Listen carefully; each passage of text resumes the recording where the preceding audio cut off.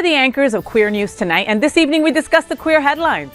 GayDays confirms 2026 return with exclusive host hotel, immersive adult-focused programming, pool parties, expo, pageants, VIP events, and Red Shirt Day.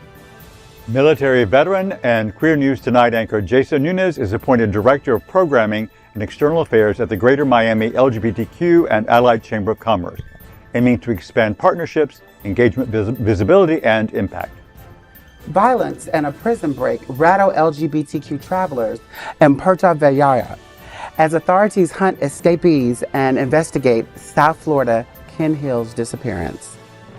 Following a fatal shooting outside an Orlando gay nightclub, police have arrested a suspect, but friends and family of the victim say a second suspect is still at large. Victoria's Lesbian Action Group is appealing a decision blocking trans women exclusion from its public event, arguing for cisgender-only lesbian spaces despite Australian laws recognizing trans women as women and earlier ruling rejecting exemptions. All this important LGBTQ plus news and a whole lot more this evening on Queer News Tonight.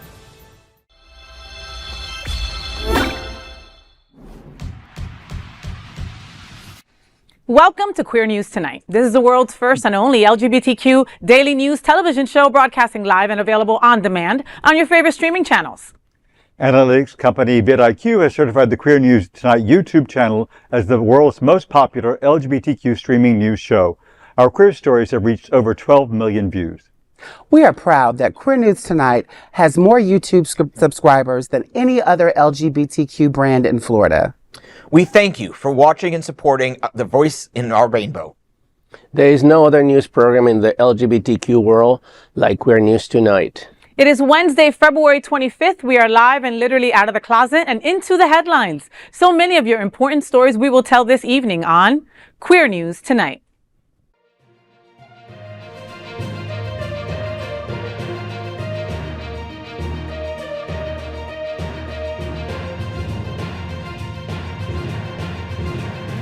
You're watching Queer News Tonight, the world's first daily LGBTQ evening news show.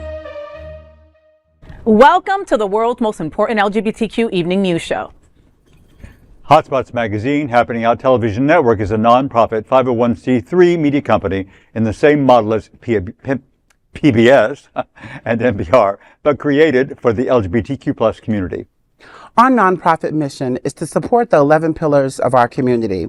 We want to inform and educate the key issues of lesbian, trans, Latino, Black, healthcare, seniors, students, faith, social justice, business, and queer culture. Help us support our diverse community. We are part of one of the largest LGBTQ plus nonprofit media companies in America, Hotspots magazine and Happening Out Television Network. Hotspots Happening Out is a proud beneficiary of the 2026 Florida AIDS Walk, standing strong by our healthcare pillar. If you are in Fort Lauderdale on March 21st, we invite you to join us at the Florida AIDS Walk. Register with our team at faw.lgbt. In 2026, our magazine is celebrating 41 years of the LGBTQ experience, and Queer News Tonight is celebrating our 5th anniversary with more than 14,000 LGBTQ television stories. We present South Florida's major LGBTQ events, including Pride for Lauderdale, Stonewall Pride, and Pride Fed. Our magazine events, television news, talk, and entertainment shows support our mission to educate the LGBTQ and broader community. In 2026, more than 100 community leaders will sit at this very table and share their voice as our anchors. Together, we host this show to support the LGBTQ plus community. Let's meet this evening's anchors at Queer News Tonight. Let's welcome the birthday boy himself, anchor Dale Stine. A celebrated photographer in the LGBTQ plus community, he is the director of music ministry at the world famous Unity on the Bay and a moderator of Miami Gay List. He also takes all my perfect pictures. Just saying. Welcome back to the show, Dale. How are you feeling? What are you doing for your birthday? Anything fun? Well, you know, it's just party hardy like it used to be. You know? Yeah, right.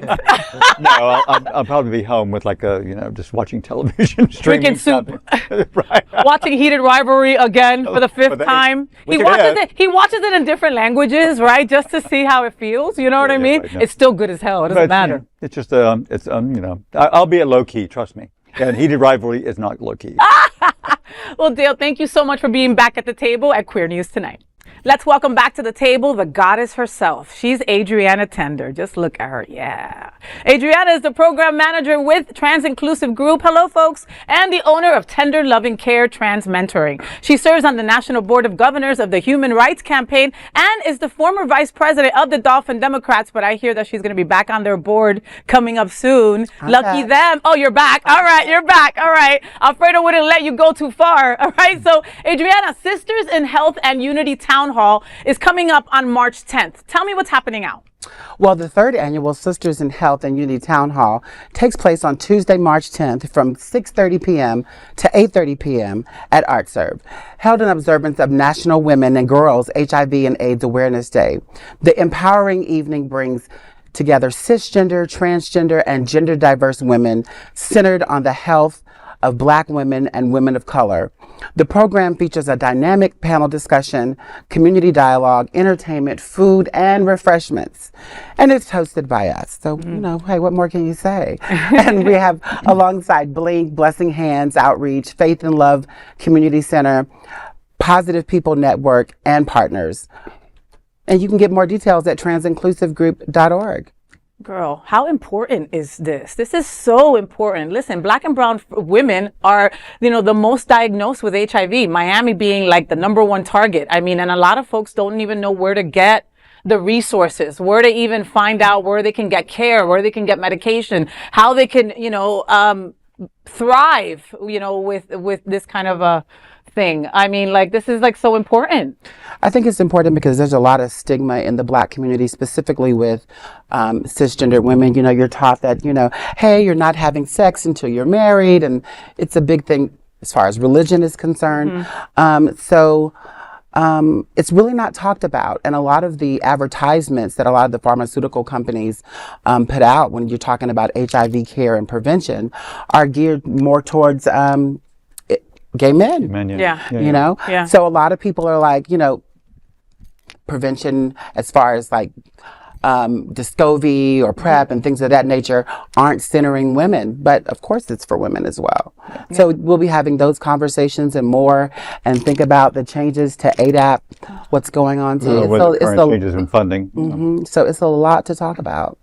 Let's welcome anchor John Hayden. He's back at the table and we couldn't be happier. A journalist for 31 years, he now focuses on hyper-local reporting covering LGBTQ plus issues. Wilton Manors, Lauderdale by the Sea, Fort Lauderdale, and Oakland Park. You can see all his reports at Greater Wilton Manors on YouTube and also Facebook, as well as in the New Pelican, Outclick, Out South Florida, and once again right here at the table at Queer News Tonight. Welcome back to the show, John. But I also wanted to mention that you were just on the FayWhat show yesterday. I was. Thank you so much for sharing your news and talking about your Greater Wilton Manors. It's great what you're doing, and it's fantastic. And you could hear all about it on my show because John went on and on about it. I did. I went on and on and on. But there's so much news. There's so much news. I can't control myself. But thank you for having me on. I had a great time. I'm still catching up on my sleep because gay boys sleep late. Well, make sure that you watch John Hayden on the FayWhat show. You can go on Facebook, you can go on YouTube and watch it yourself. But we love having him at the table here at Queer News Tonight. Let's welcome back to the table my favorite Venezuelan. He's anchor Dino Mosquera. He joined the Miami Gay and Lesbian Film Festival in the late 90s and now serves on the Outshine Film Festival's board of directors. Welcome back to the show, Dino. I can't believe you have time to even sit with us, Papi. Right. Isn't your film festival right around the corner? It's in April. It'll be here before you know it. It is. Actually, we're finalizing the program, so we're going to get ready now to send it to the printers. I will be talking about it soon on the show. As you know, we're going to have the festival again in Miami and Fort Lauderdale, April 23rd through May 3rd. And we start in Miami We open in Miami. The centerpiece will be in Miami, but then we switch to Fort Lauderdale, and the closing will be here. So we have great films already programmed. We're getting great submissions. We encourage everybody to check the program soon. We'll announce it, but outshinefilm.com for more details on the movies that are coming. Awesome. Outshinefilm.com. And again, Dino Mosquera will be on the FayWhat show in the future, and we'll be talking all in Spanish. So John won't know what the hell we're saying. That's how we like it. All right. So again, look out for that because it will be here before you know it. Thank you so much, Dino Mosquera, for being back at the table at Queer News Tonight. Thank you, love. And of course, let's welcome tonight's lead anchor, FayWhat. She is a legendary events host, television and radio personality, and the host of Hotspots Happening Out, the FayWhat show. A Line for Elements Waterfront Wellness Festival returns on March 7th. Faye, tell me what's happening out. So A Line for Elements returns for its second year, and it's happening March 7th, like Dale said, from 5 to 9 at the Sanctuary Church. You know where that is, all right? Right here in Fort Lauderdale. This Golden Hour Waterfront Wellness Festival offers a one-night immersive reset, blending music, movement, art, and nervous system regulation, okay? Guests can explore yoga, breath work, tai chi, ecstatic dance, okay? Not just regular dance, ecstatic dance, okay? Meditation, live performances, and interactive experiences across multiple curated zones. The Elemental Wellness Lounge featuring sauna and cold plunge is available as an option. Also, food and refreshments will be available for purchase, presented by One Hand Care with support from community sponsors and partners. More details at Align4Elements.org. I mean, I'm all about a wellness festival. I mean, come on, with everything that's going on, we're pulled in so many different directions. If it's work, home, our pets, our loved ones, it's a lot, right? And sometimes we just need a reset. And that's what they're doing here, March 7th, right? So, and it's including the 4 elements, right? Air, fire, water, earth, and I mean, and what calls to you? What do you need a reset with? You know, some yoga, some tai chi, some Reiki. I'm going to be body painted. Why wouldn't I be, right? Right. Oh my When someone as hot as Avi Ram says, "Can I paint you?" do you say no? Right. I say with clothes or without, right? And he said, with clothes, please, right? But he's going to paint me there live. He's painted you before, right? He's painted me before. Yes, at the Wharf and somewhere else for his In Plain Sight series, Right. where he paints you into the background. Yeah, so he's yeah. going to do the same thing at the This is your Sanctuary. third time. It's been my third time, so he must like it. Right. He must like it. But I'm just so excited to work with these folks. And again, who doesn't need a recharge of some degree, you know? Yeah. So it's going to be beautiful, 5 to 9 p.m. It's the witching hour. The sun is going to be going down. very And cool like, event. you know, some yummy vegan options for food as well. I mean, a little bit for everything. So go on out, see us out there, and we're going to have a fabulous time March 7th at the event at the Sanctuary. You know where that is. You know where that is. Well, Queer News Tonight looks forward to seeing you at Align for Elements Waterfront Wellness Festival on March 7th. I'm FayWhat, and let's queer up gay culture. GayDays confirms 2026 return with exclusive hotel buyout and full event lineup set for June 4 through the 8th. So GayDays has confirmed its full return for 2026, announcing that the event will take place on June 4th and run through June 8th after a brief pause earlier this month. Organizers say the updated format will center activities within a single host hotel reserved exclusively for GayDays attendees. All guest rooms, event spaces, and amenities will be dedicated to participants throughout the weekend. Josh Duke, co-owner of GayDays, said, quote, "We took the time to make the right decision for our community and for the future of GayDays. This year, the entire property will be dedicated to our guests, creating the immersive adult-focused experience people have been asking for," end quote. Programming will proceed as planned, including daytime pool parties, nightly entertainment, the GayDays vendor expo, Mr. GayDays, and Miss GayDays pageants, VIP experiences, the Red Room, late night environment, and specialty adult-themed events. Charles Cantrell, co-owner and event partner of GayDays, shared, quote, "Our goal was to bring the community back together under one roof. This structure allows guests to stay where the action is and enjoy a welcoming space created specifically for them," end quote. Organizers also confirmed that Red Shirt Day at Walt Disney World will continue on Saturday. The community, however, notes that the new hotel has just over 400 rooms, about 1/3 the size of Doubletree Orlando, the former home of GayDays. Though organizers emphasized on-property events, Similar South Florida events like One Magical Weekend will be hosting their significant events off property. Founded in the early 1990s, GayDays remains one of Central Florida's longest running LGBTQ plus gatherings. Event details are available right now at gaydays.com. You know, GayDays said we're back, but smaller, tighter, and a little more exclusive, all right? So, you know, only 400 rooms. That's not a takeover. That's kind of like a group chat. But listen, if the vibes are right and the pool is full, then we don't care. Let's have a party. You know, like I personally was sad to hear when they paused, you know. Can they come back fully and operational so quickly? I guess we'll find out, you know. Well, John, stop smiling at me like that. Well, I mean, that it's a one venue it changes so much because it was always, I mean, I haven't been to GayDays in years, but I went for many years and back in the day. And that was part of the fun about going around here, there, different places, different venues. So it's going to be interesting to see how that pans out, especially since One Mighty Weekend is going on, but is that close by? People will be Ubering everywhere. You know, we'll see. Where is this hotel? We'll get the celebration. Where is this hotel in comparison to everything else? It's the Holiday Inn in Celebration. But that's not close to the host. It is not.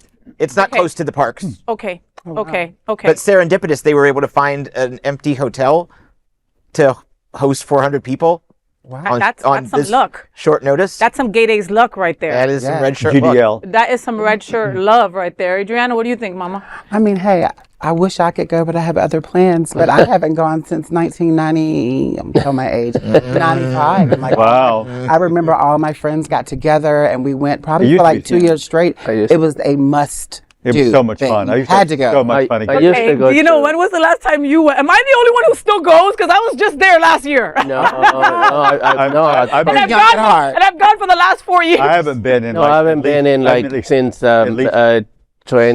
I've been. 2010, I was there like 15 years ago. 2010, around that. Yeah, 2013. Yeah. Okay. 2013. Well, I mean, again, as somebody who has gone the last couple of years, right, you go there and you see One Magical Weekend and you see GayDays and you see a plethora of people like intertwining and intergoing. But people don't like to travel too far. Yeah, you know what I mean? Like, so I mean, you know, they like to just stay where they're at. It's an ordeal you know? to get the car, to get people organized to get into even the car. Ubers are expensive. Ubers are mad expensive. But I'm guessing that they're still having the pool. I mean, the Typhoon Lagoon party. That's not them. That's One Magical Weekend. See, and people get it. People mistake both of them, confusing, and they're two entities. They're completely different. But people, One Magical a lot of times when people go, the red shirt day is GayDays. they do both. They do both. I mean, people will go and plan their weekend to do some of this, some of that. I mean, exactly. It's a lot. Well, we wish them luck. At the end of the day, visibility and representation is everything, and they are super inclusive, and they try their best to really support our community, you know. So I was sad at losing something like that, right, where we all get to come together. I mean, I remember being a small little lesbian and seeing all those red shirts and going, I'm not alone, you know, and just feeling a part of, and it meant everything to me. So I hope that people are able to feel that same feeling for years to come. I'm Dale Stine, and let's queer up South Florida and Florida. Miami-Dade LGBTQ+ Chamber appoints Jason Nunez as Director of Programming and External Affairs. The Miami-Dade LGBTQ+ and Allied Chamber of Commerce has appointed Jason Nunez as its new Director of Programming and External Affairs. Nunez is described as a respected leader in South Florida's LGBTQ+ business and nonprofit community, bringing executive, entrepreneurial, and advocacy experience to the role. A United States military veteran, he is the founder and CEO of Go Digital Hero, a digital operations and strategy firm supporting businesses, nonprofits, and government partners. He also serves as Vice President of the Board of PFLAG Fort Lauderdale. Most recently, Nunez served as President and CEO of the Greater Fort Lauderdale LGBT Chamber of Commerce, where he led initiatives aimed at strengthening member engagement, elevating programming, expanding sponsorship partnerships, and increasing regional visibility. Talking about the new appointment, Lizette Garcia, Executive Director of MDGLCC, said, quote, Jason understands the ecosystem of the chambers, community, collaboration, and economic empowerment at a deep level. His leadership, innovation, and relationship-building expertise will help elevate our programming and strengthen our external partnerships as we continue advancing opportunities for LGBTQ+ and allied businesses, end quote. In his new role, Nunez will oversee strategic programming development, and expand external affairs initiatives across corporate, nonprofit, and government sectors. Well, this is really super, super, super exciting news because Jason is one of our anchors right here on Queer News Tonight. Yep. And he's a dear friend. He also goes to Uni on the Bay. Yes. And we really love him. And he is the real deal. I mean, he gets shit done. Yeah. And he really is, he's so proactive. He's so engaging and engaged. And I think this is just a great move on the part of the chamber in Miami Beach. Great choice, Lisette. You knocked it out of the park. Jason Nunez is just incredible in everything that he does, everything that he touches. His organizational skills are just beyond superb. He brings his ex-military background to everything that he does, right? In such a graceful kind of way. I heard from a lot of people that they had never even heard of GFL-GCC until Jason Nunez put it on the map. Right. This is from people's mouths, from business owners' mouths. That said, what he has accomplished in the last year plus being with them was extraordinary. So it makes sense. Like unfortunately, GFL GCC stated that they could no longer pay him because of cuts or things that they were going through. And you know what? Their loss is Miami's gain. I mean, totally. Come on, So I mean, I expect for MDGLCC to be more out there because that is how Jason does, I mean, think about it. He doesn't have any kids, but he's vice president of PFLAG. Yeah, right. Yeah. Okay, I mean, that's how he rolls. You know what I mean? Like, that's how he rolls. So he's like, okay, no, this affects my community. I'm going to be a part of it. I'm going to elevate it to the next level. And he helps businesses and people get their businesses off the ground and, with support, etc. I mean, he's one-stop shop. He's incredible. He has amazing leadership and people abilities. He really works so well in every regard. It's amazing. And God knows that we need it in Miami. Miami Beach has been going through some rough years, and everybody knows. So it's not a secret. So I think his skills are very much appreciated right now. Miami Beach has to come back because it's a little gross. And when Dino says Miami Beach needs to come back, understand that some of us have been here for 20 plus years, and we remember when South Beach was our mecca. South Beach was Wilton Manors, right? It was where you can go to eat, drink, and be merry at gay publications. With the beach, at gay places, and they were 2, 3 a block, and now there's 3 in the whole place. And you felt completely safe there. Yeah. And Lisette, I mean, like I echo Faye, you knocked it out of the park with Jason. And Jason's awesome, but he needs community support. He looks like he's everywhere all the time, but he's not. He needs support, and I really hope he gets it in this job because it's not Miami's obviously not a blank slate, but it's definitely a canvas that's ready to be updated with fresh color and all that. So you go, Jason, but Miami-Dade, support him, because he can only work as hard as you allow him to work. 100%. And what did Dino say? I mean, Miami's rough. I mean, it went red real quick, right? Well, Miami, not Miami Beach. Not Miami Beach. But,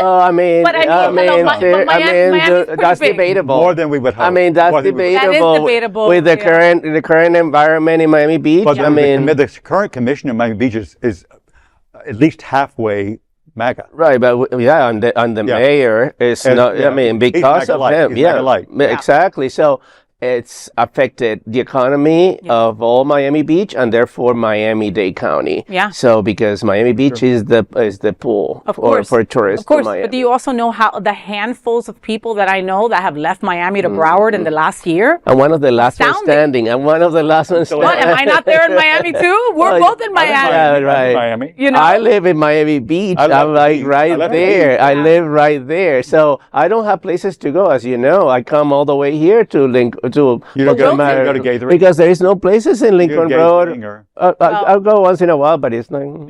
But listen, it's a huge undertaking, and if anybody can do it, it's Jason. Yeah, that's the thing right there. So congratulations, Jason, on behalf of everyone here at the table and all our anchors at Queer News Tonight. We adore you. I'm Adrianna Tender, and let's queer up the worldview. Puerto Vallarta, violence and prison break shake LGBTQ travel hub, and South Florida visitor goes missing. Puerto Vallarta, widely known as the gay capital of Mexico, is facing renewed safety concerns following a deadly prison break and escalating cartel-related violence. Mexican authorities confirmed that 23 inmates escaped Sunday after armed attackers stormed the local prison, crashing a vehicle through the gate and opened fire. The breach triggered a riot inside the facility, complicating the security response. One guard was killed. By Monday, officials said a head count confirmed 23 escapees, and a manhunt is underway. Officials report that order has since been restored, with the prison operating under reinforced security as the investigation continues. The incident comes amid widespread violence across Mexico after reports of the killing of El Mencho, the leader of the Jalisco New Generation cartel, went out. Authorities say since then, at least 73 deaths have been recovered nationwide, including members of the Mexican National Guard. Roughly 10,000 soldiers have been deployed. Puerto Vallarta, a major destination for LGBTQ travelers, has issued warnings advising tourists to remain indoors as armed groups reportedly set fires and marched through parts of the city. Separately, authorities are also investigating the disappearance of Ken Hill, the former owner of Infinity Lounge in Wilton Manors, who had recently moved to the area with his partner. Officials continue to monitor conditions. I mean, this sounds utterly and completely crazy. I cannot believe how someone could escape a prison. 23 escapees, 23. You said. I can understand one, but 23? I mean, that just sounds completely crazy to me. Look, this is super scary. And when I started seeing this on my feed and on TV, I was freaked out, especially from all the violence and the setting fires and all that kind of stuff, you know, because PV has been our safe, sexy escape forever, you know, like everybody that I know goes there, and suddenly it's giving breaking news and freaking, you know, not a beach day anymore, right? Like, you know, violence, prison breaks, missing members of our own community. No, ma'am. No. We need answers, you know, we need to know what's going on. I mean, like, you know, because again, when our safe spaces are coming under attack, we need to be ready. And I mean, I'm sorry to say, because it affected the American gays. So yeah, we all go there, and we all picked up Puerto Vallarta, and you know, we took over. This is a Mexican town, but Americans run the town. All explants. And I'm not saying that, you know, I'm not putting that down. The flavor is gone. If you ask me, I used to go to Puerto Vallarta when it was real Mexican. But again, we are paying attention because gay Americans with money are affected. This has been going in Mexico for years. Wow. And this has been going in Mexico for years. So I mean, I'm not well, what saying, does that have to do with the right? But I'm not saying that it's not. They shouldn't be pay attention, but we should pay attention because all Mexico, and it's not. You know, you could see the cartel. I mean.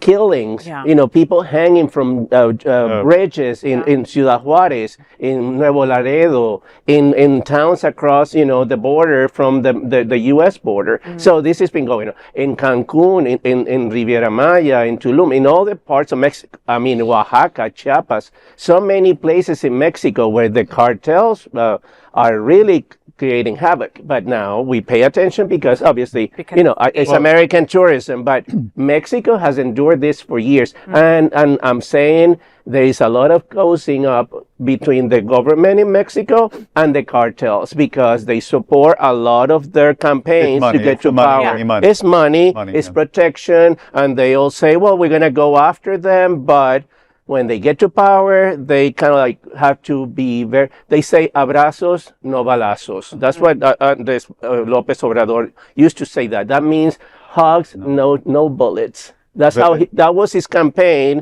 in you know, against the cartels in Mexico. That is a little bit, you know, if you ask me, a little bit too soft. I mean, soft, and that's how he ruled for all those years that he was there. And it's been on governments on the right and the left.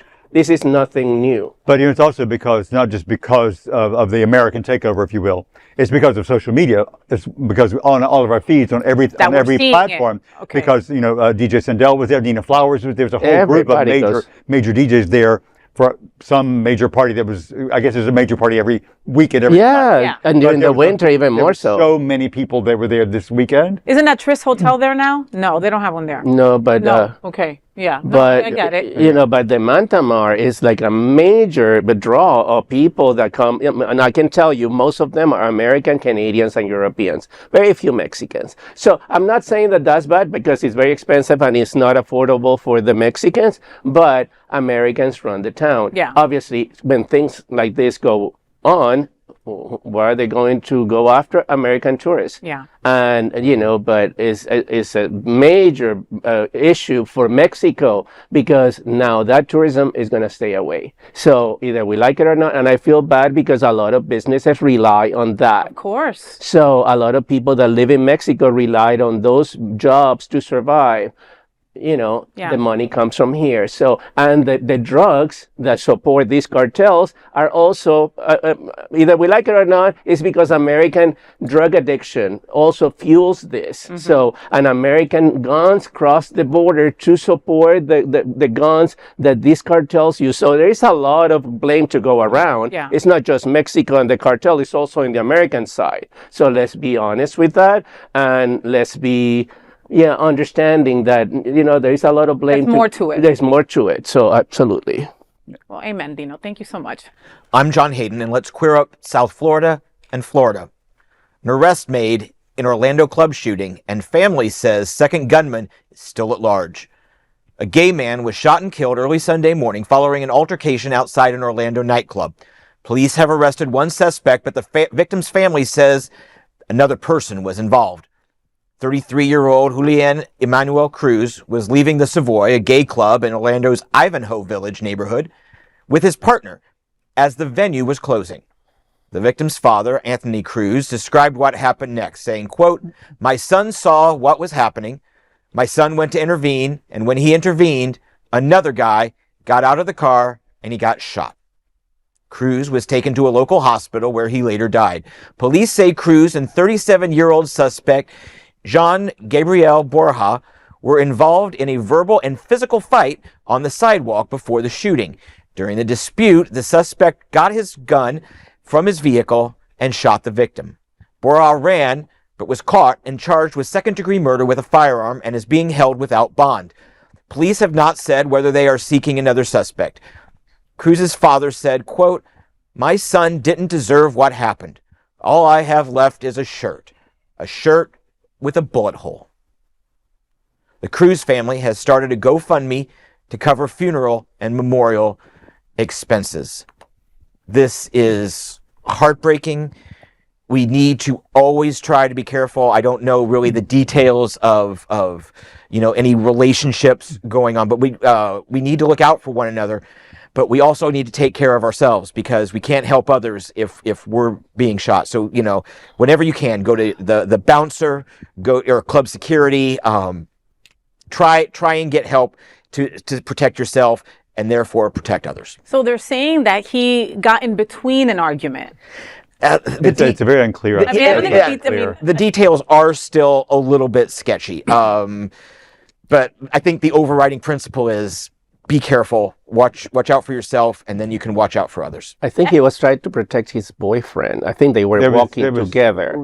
So when the an issue altercation started, right. and then the gentleman went to his car and got the gun. What I'm not clear about is if the issue started at the Savoy and then spilled out. Before, but maybe we don't know. Before, we don't know that. But there'll be camera footage. I mean, if they're outside a club, there's got to be.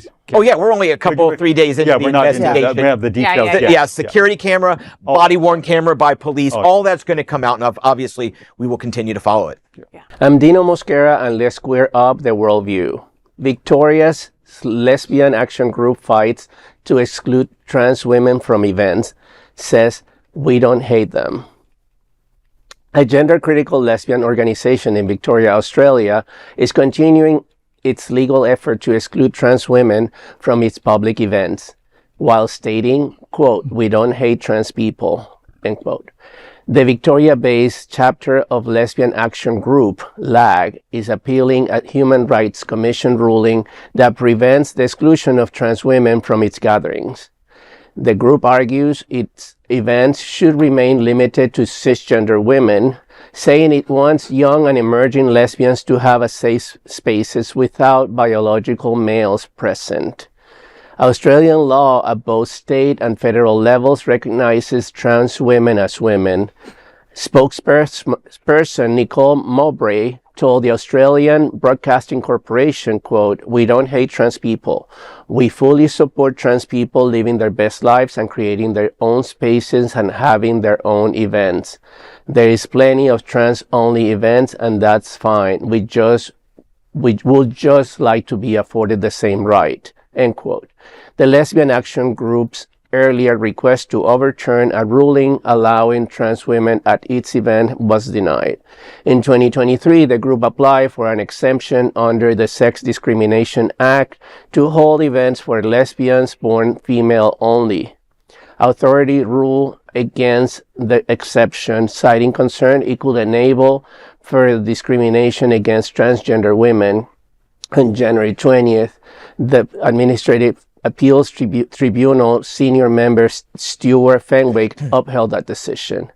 This is so controversial and so wrong, in my opinion. Again, you don't have to be a lesbian person or a trans person to have my position. I think it's a wrong position. Again, people may have different opinions, and Martina Navratilova is famous for stating this kind of the turf, you mean? Yeah. Please call her what she is. She is one of those that think that trans women don't belong in the same spaces as lesbians or gay.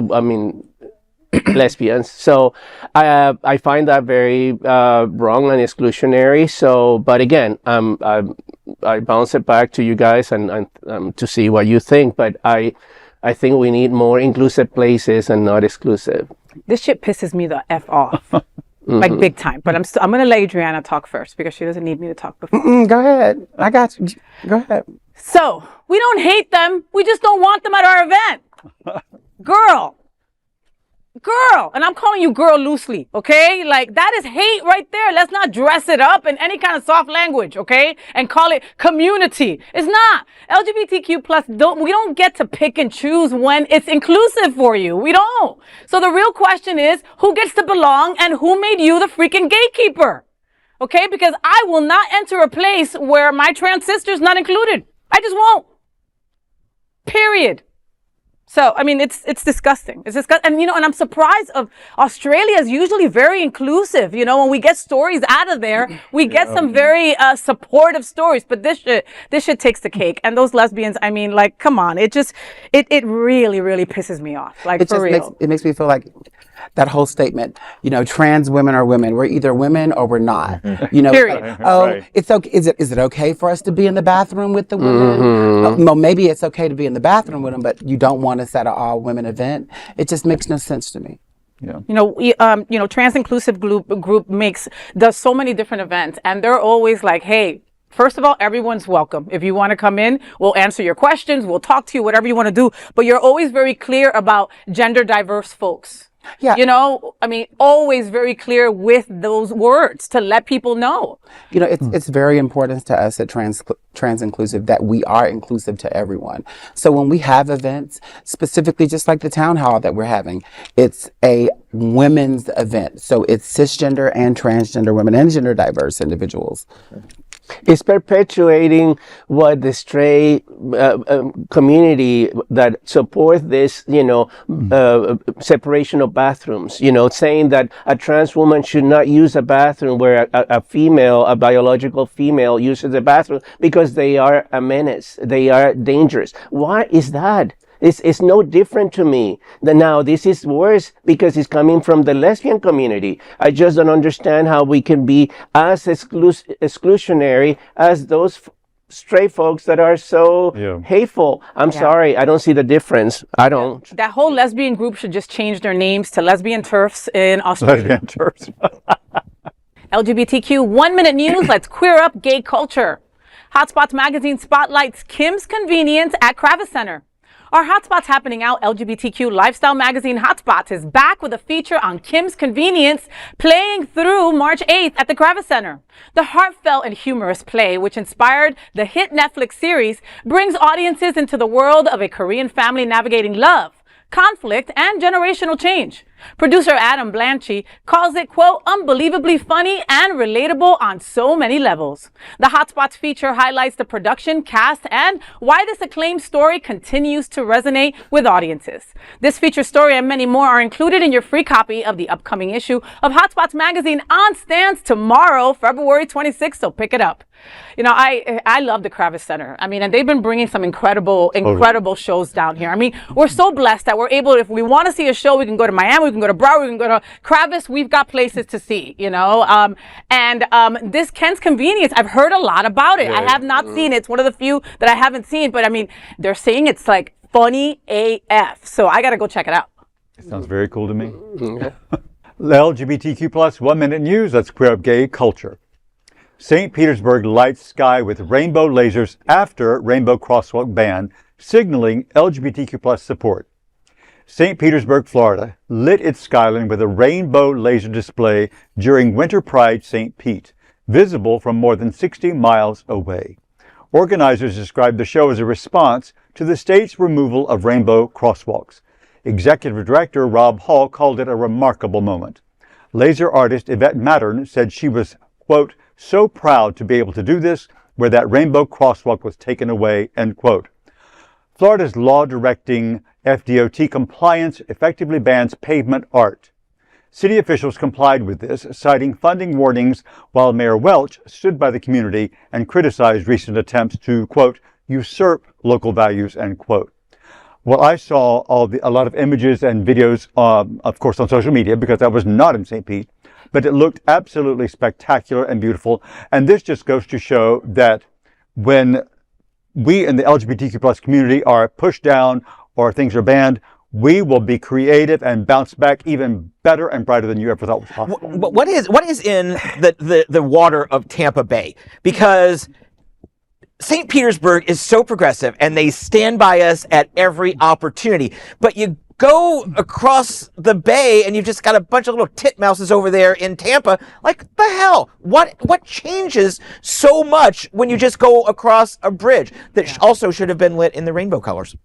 You know, when I saw these images, like Dale said, we weren't there, but we saw the images on social media. I mean, I almost cried, right? I was really touched by it. And it reminded me of the 9/11 lasers that they put up right after, you know. And it was just, I don't know, it made me feel seen for a second, you know. And I bet you all those folks in St. Petersburg felt the same way. Yeah. And I just sit there and I think about it. Y'all were worried about a crosswalk. That was just yay big. Right. But now you have to look at a rainbow in the sky that they said that you could see for 60 miles. Right. Yeah, come on. Great point. How ironic is that? Yeah. Pew, pew, pew, pew, pew. Two can play that game. So if you want to go there, we'll find another way to up the ante. Exactly. So just keep doing it. LGBTQ 1 minute news. Let's queer up gay culture. Queer News Tonight marks 5 years, 12 million views, 14,000 stories, and voices across the community. We celebrate a milestone at Queer News Tonight, reaching 12 million views as the world's most important LGBTQ evening news show. Produced by Hotspots magazine, Happening Out Television Network, a nonprofit 501c3 media company created for the LGBTQ community. We inform and educate on key issues impacting lesbian, trans, Latino, Black, healthcare, seniors, students, faith, social justice, business, and queer culture. Queer News Tonight marks its 5th anniversary with more than 14,000 LGBTQ television stories, heightening South Florida's major LGBTQ events, including Pride Fort Lauderdale, Stonewall Pride, and Pride Fest. In 2026, over 100 community leaders will share their voices. Stay tuned. Happy anniversary! Felicidades! You got it in. Oh, but honestly, happy 5th birthday to Happening Out. I've been with Happening Out now 4 years, believe it or not. I've been 4 years too. It was the same year we started. Yeah. 5 years. And look at you. Wow. And- No, you 5 years. You're at 5 years. Maybe I missed a year. Anyway. I don't know. But to see, the pillars represented at all costs, and also just the educational programming that this has allowed for us to give people, has been wonderful. So congratulations on 5 years. May you have millions and millions more views. Yeah, and this is congratulations. I mean, gay media is so, and it's fine to get caught up in the shirtless men and the hot lesbians and all of that. But we're telling a lot of stories that need to be told. We're telling stories from Eastern Europe where there are repressive regimes. We're telling stories from the Middle East where there are openly repressive regimes. We're telling all kinds of stories from Florida, which is also under a repressive regime. And the work we're doing really is important. So thank you all for tuning in and paying attention for 5 years. And thank you to everybody at this table. There's no rookies here. We're all Veterans. We're all veterans. We're awesome. Yes, and big shout out going out to the powers that be. Darren and Jeff and our amazing Steve, producer. And Steve has to put up with me more than you boys know, and more than you know, Adrianna too. But so it's Al Ferguson, who helped start this whole thing back in the day. Say hi to the villages for me. And over at Hotspots, Scott Holland doing the damn thing like only he can. Now Scott Holland will be overseeing the FayWhat show, and I couldn't be happier about that move. So lots of exciting stuff still happening. So yes, say felicidades to us, but stay tuned because we've got a lot more happening coming up for you. So just so you know. LGBTQ plus 1 minute news. Let's queer up student and youth culture. Federal judge blocks Texas law targeting LGBTQ plus student clubs. A federal judge temporarily blocked SB 12, the first U.S. law explicitly banning LGBTQ plus student clubs. It also restricts diversity initiatives and bars teachers from using trans students' preferred names, even if their parents are fine with it. U.S. District Judge Charles Eskridge ruled that Houston, Plano, and Katy school districts may not enforce the measure, which was criticized by State Representative Aaron Schweiner as nakedly hateful. Supporters argued the law protects children from perceived sexualization, while opponents say it censors constitutionally protected speech. Not only are the opponents correct, it does censor.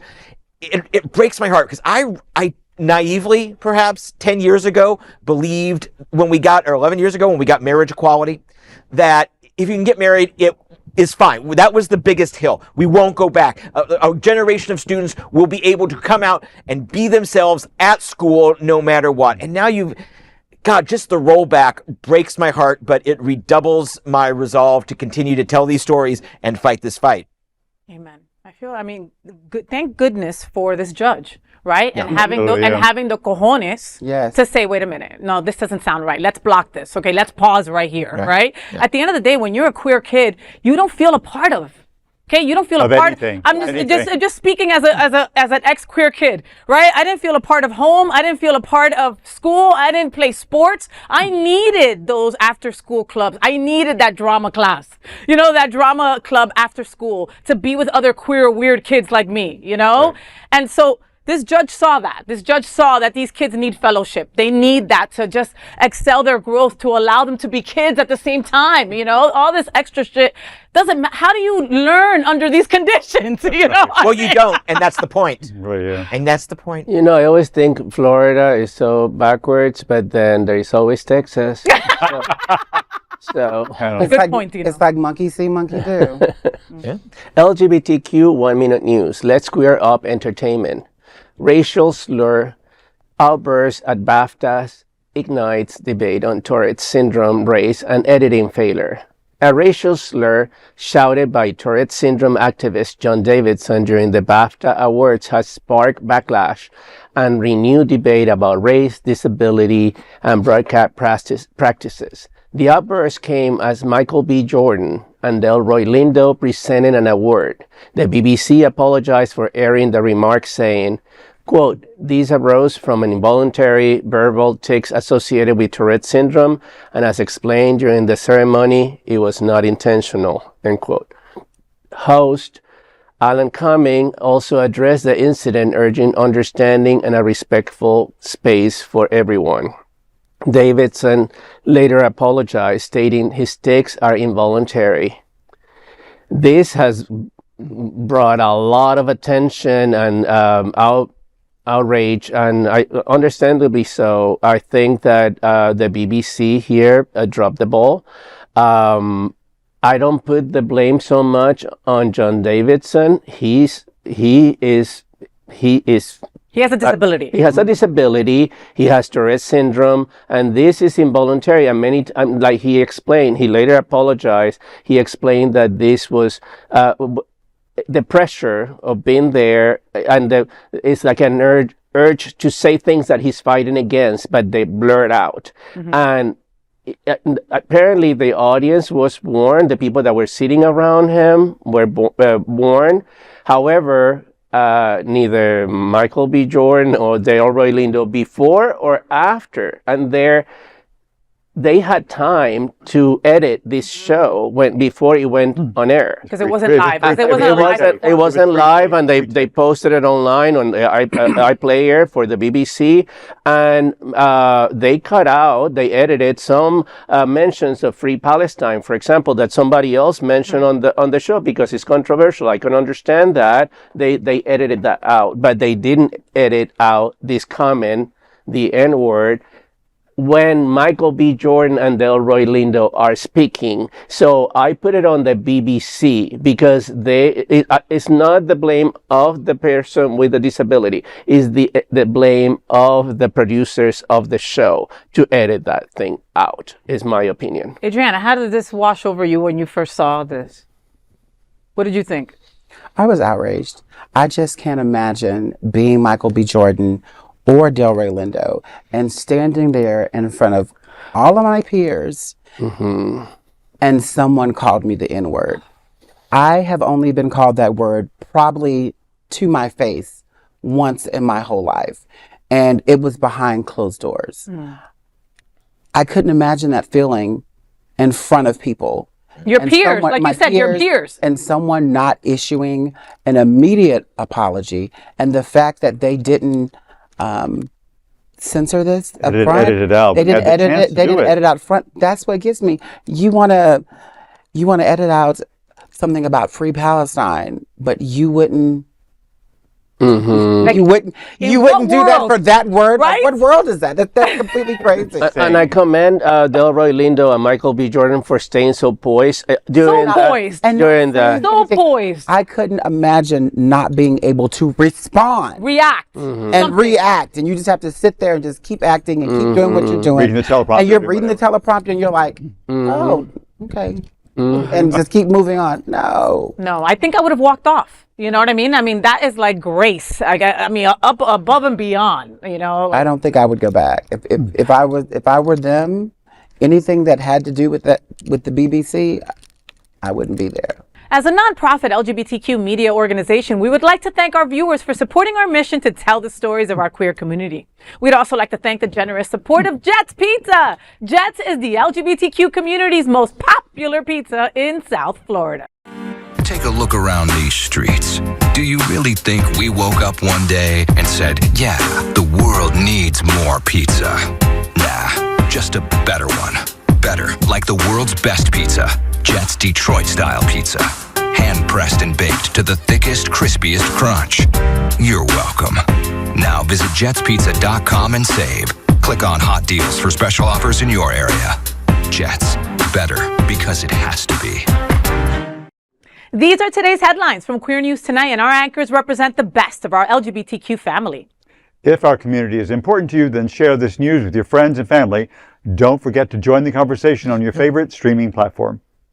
Queer News Tonight is the only live LGBTQ digital television show in the world that is out of the closet and into the headlines. We need your support. If our community is to grow and then thrive, we must tell our stories and bring them to the attention of the broader world.